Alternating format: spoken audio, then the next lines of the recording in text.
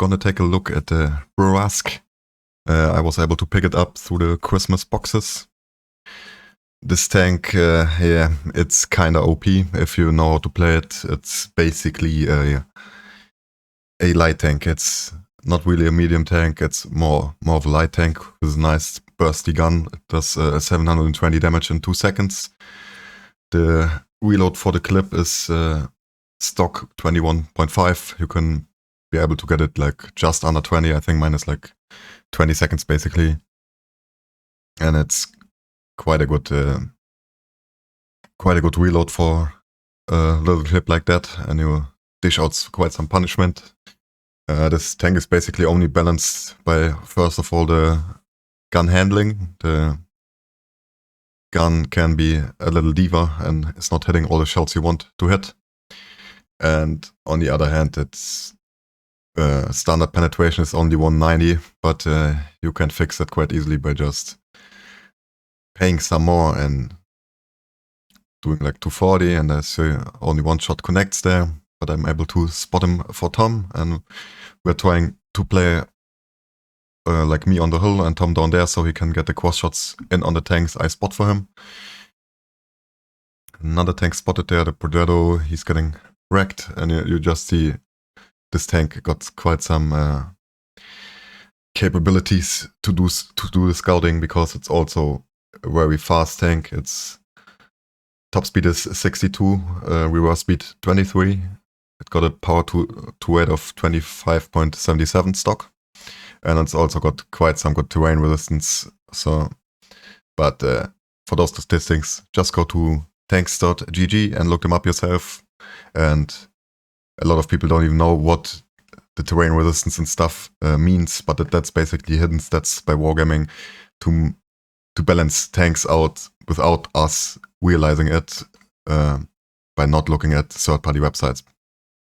So there's a VTU, we put in one nice shot there. On this map it's hard to burst here. It's sometimes if you stay at 2 seconds for the intra-clip reload, you get wrecked for it.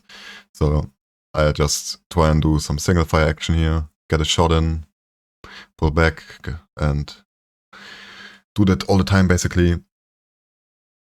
Now the Bisonte is back there, and then you see the accuracy on range. It works out here because the Bisonte is quite a big tank, and there you see 780 damage, basically half of its hit points removed there in 2 seconds.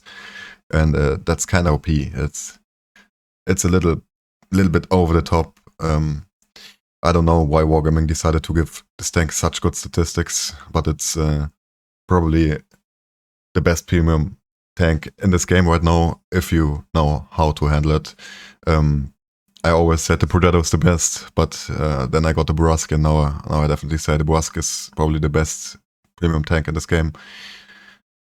And this tank is able to do some disgusting things. I will show you a short clip here.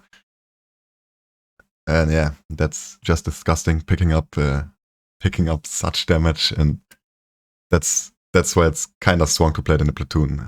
And there on the VTU, so he had no fucking time to react there. It was just too fast into a clip of 2 seconds. It's just too fast for him to get back there, and so he's removed from the game as well.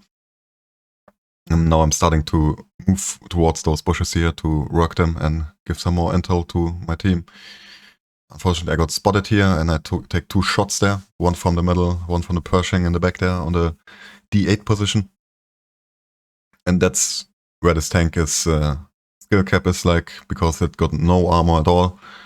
You can't tank any shots whatsoever. It's basically cheese. You can get penetrated by HE. I think the side armor is just 40. And no, the side armor is just 20. The front armor is just 40. So if you see a tank, a Bourrasque driving around, try to HE it. You can get quite some nice damage out of it. And that's basically the weakness of this tank. It's the armor and probably the shell reload if you get caught reloaded, but it's only 20 seconds. That's not too long. You can work around it quite good. Not like the GSO 1008 abysmal 40-second reload. If you reload for 40 seconds, you get wrecked quite a lot of times.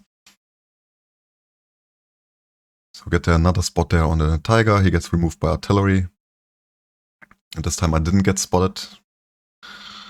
And now I try to work those bushes a little bit deeper to get some spotting on the Pershing there. We're able to see him. There you see this tank is definitely not made for sniping. You should definitely load the premium rounds if you want to have a chance doing some damage on range. The premium rounds, like I said, 240 penetration. Also got a little bit better, 250 more travel speed. That's quite nice. And for the HE, I only got 2 shells there. It's 440 alpha and 53 damage, 53 penetration. It's quite nice for shooting scorpions and stuff. And because the clip reload is only 20 seconds, you can even make the HE work, and you can decide at some point to load the HE. If you know I will fight a lightly armored tank in the next 20 seconds, then you just go for it and load the HE rounds. That can be quite disgusting to do like 900 damage in one clip there with the HE. So this tank's camo, I want to talk about the camo again. It's very disgusting. It's like the moving camo is basically light tank camo. It's behind all the tier 8 lights. You see a little chart here. It's quite right behind it, behind the Optic 416, and it basically got the same moving camo than a Senlec. And for the stationary camo, it's even better. It's in front of a lot of light tanks there. It's 19.27% stock. And if you got a very good crew like I do, and you got the full camo skills and good vents and stuff, it's kind of OP. By the way, for my setup, I'm using the IRM on the first slot, just because I got improved ventilation and improved vertical stabilizer. I decided to put that on the first slot, and the other stuff behind it, just to boost up the gun handling as much as possible. I'm also using a premium consumable and a gun handling directive, so just to max it out as much as possible. I changed actually the ammunition loadout this game. I don't have as much premium ones as I use in the other ones. And there you can see if you play that tank together, what the heck, it's unbelievable. It's so disgusting. If you like rush a tier 8 tank, it's completely overpowered. So, like I said, I try to improve the gun handling as much as possible. I'm not even using the coded optics, so I'm just over 450 meters view range. It's actually not that good, but it gets a little bit balanced out by the good camouflage I got on this tank. And I'm actually not sure what I want to drop for the for a optics, maybe the IRM or something, but then still you got worse gun handling, and you want the maximum gun handling on this tank. Afterwards it will be so much better. So now we pick over here and we try to get some more damage out of this. Tom is able to pick up the Emil, but he gets sniped by the G-Saw. I now try and snipe for the 30, and you see the aim time, it's blooming long. You got a pineapple on the screen. The Ferdinand on this range basically just fit into the aim circle there.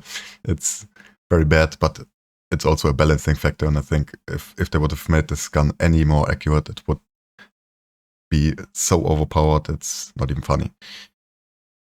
So I decided to not reload in this situation, and I'm able to shoot a CS-53 there. He gets completely removed from the game. I get full spotting and also set him on fire, so that's quite a nice boost there to my experience come out of this game. And now we find a Judas there in the bushes. He gets wrecked, but I don't get the spotting actually. I was quite surprised that I got 0 spotting in this situation, but it's what it is. And now I try to get some further spotting. I got the mobility to spot for my team here, so why not just do it? The GF is not doing it actively enough, so I try and get the spotting here, and also get some spotting there.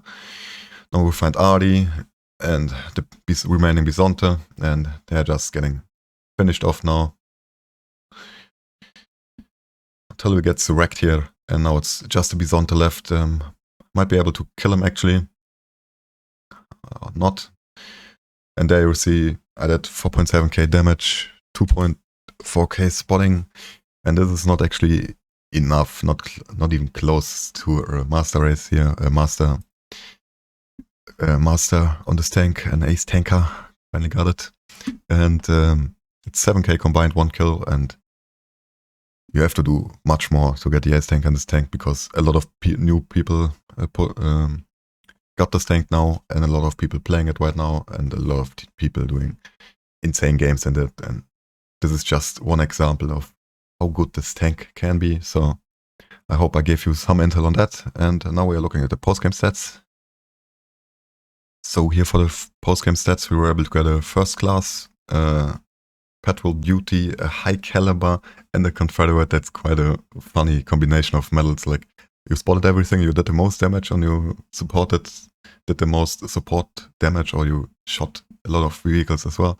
That's quite a hilarious collection there of medals for this game. And we were able to get 1486 base experience, and that's not enough for an ace tanker. I mean, it's probably over 1600, over 1500 definitely for the Bourrasque to get an ace tanker in. It's quite insane.